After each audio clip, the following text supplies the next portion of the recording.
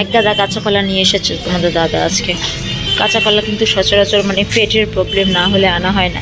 তা আজকে কেন জানি হঠাৎ নিয়ে এসে বলছি কি নিয়ে আসলাম করো কিছু। তাই আমি ভাবলাম কাঁচা কলা দিয়ে কী করবো। এমনি আমার তো খুব ভালো লাগে কাঁচা কলার পাতলা ঝোল খেতে। তা আজকে ভাবলাম কাঁচা কলার ঝোলই করবো, কিন্তু একটু অন্যরকম করে। তো চলো কীভাবে কী করলাম তার জন্য ভিডিওটা তোমরা ফার্স্ট থেকে লাস্ট পর্যন্ত দেখো। আর অবশ্যই যারা আমাদের চ্যানেলকে এখনও সাবস্ক্রাইব করোনি প্লিজ দীপসীমা চ্যানেলকে একটু সাবস্ক্রাইব করে দিও।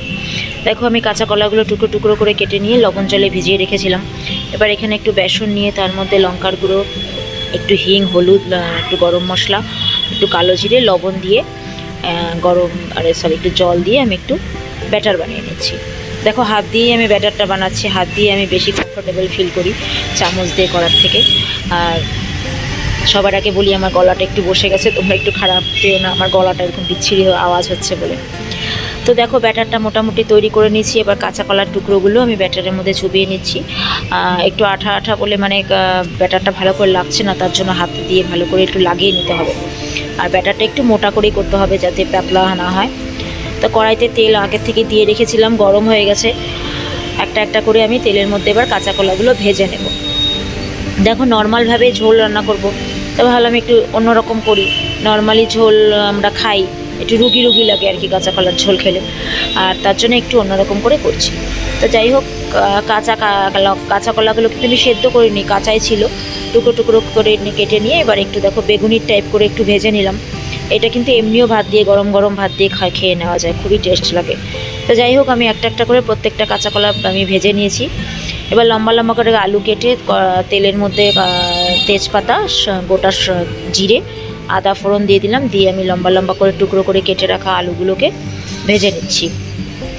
খুবই সিম্পলভাবে একটা তরকারি বানাবো, আর আমি ভিডিওটা একটু শর্টকাটেই দিচ্ছি, কারণ কি লেন্দি বেশি করলে সবার দেখতে ভালো লাগে না। মেনলি কাঁচা কলাটা আমি কী করে রান্না করলাম সেটাই তোমাদেরকে দেখাচ্ছি। দেখো প্রত্যেকটা কাঁচা কলা কিন্তু ভাজা হয়ে গেছে।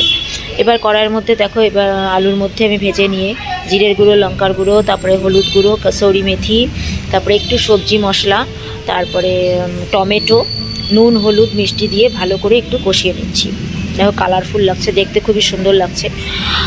খুব একটা বেশি করে মশলা দিইনি, আমি অল্প অল্প করে মশলা দিয়েছি, যেহেতু কাঁচা কলা কোনো মানে নিজস্ব স্বাদ নেই। এটা একটু যখন পেটের প্রবলেমের জন্য করি তখন তো একদমই হালকা পাতলা, কোনো রকম লঙ্কার গুঁড়ো টুড়ো কিছুই দিই না। আর এটা যেতে এমনি করছি তার জন্য একটু মশলা দিলাম। তো জল দিয়েছি, দেখো মোটামুটি উতলে উঠেছে। আলুগুলো মোটামুটি সেদ্ধ হওয়ার পর আরেকটু হবে। তো এর মধ্যে আমি এবার কাঁচা কলার টুকরোগুলোকে দিয়ে দিচ্ছি। দেখো কিন্তু অনেকটা মাছের ঝোল টাইপের লাগছে দেখতে, মানে হালকা পাতলা মাছের ঝোল রান্না করলে যেরকম লাগে ওই টাইপের লাগছে দেখতে। তা একটা একটা করে টুকরো দিয়ে দিচ্ছি। রান্নাটা কিন্তু খুবই সুস্বাদু লাগবে। মানে দেখো আমরা তো একই জিনিস একই রকম করে না খেয়ে মাঝে মধ্যে একটু চেঞ্জ করে খেলে মুখের স্বাদটা ভালো লাগে, আর বাড়ির লোকজনেরও খেতে ভালো লাগে। তার জন্য একটু করা, নাহলে কিন্তু চাইলে এমনি প্লেন করে কাঁচা কলার ঝোল করে ফেলতে পারতাম। তো একটু কাঁচা লঙ্কা দিয়ে দিলাম, খুব একটা বেশি ঝাল দেবো না। লাস্টে একটু গরম মশলা দিয়ে দিলাম, একটুখানি উতলাবো, ব্যাস তরকারিটা মোটামুটি আমার কমপ্লিট হয়ে যাবে। তো কেমন লাগলো বন্ধুরা কাঁচা কলার এইভাবে অন্যরকম করে একটু ঝোল? তোমরা কিন্তু বাড়িতে করে খেও, দেখবে খুবই ভালো লাগবে। কাঁচা কলা সেদ্ধ করে বড়া বানানো একটা আলাদা জিনিস, আর এইটা একটা আলাদা জিনিস। তো দেখো বন্ধুরা নামিয়ে নিয়েছি। কাঁচা কলার টুকরোগুলো এক একটা দেখো পুরো মাছের ঝোলের মতো লাগছে। তোমরা কিন্তু বাড়িতে অবশ্যই ট্রাই করো।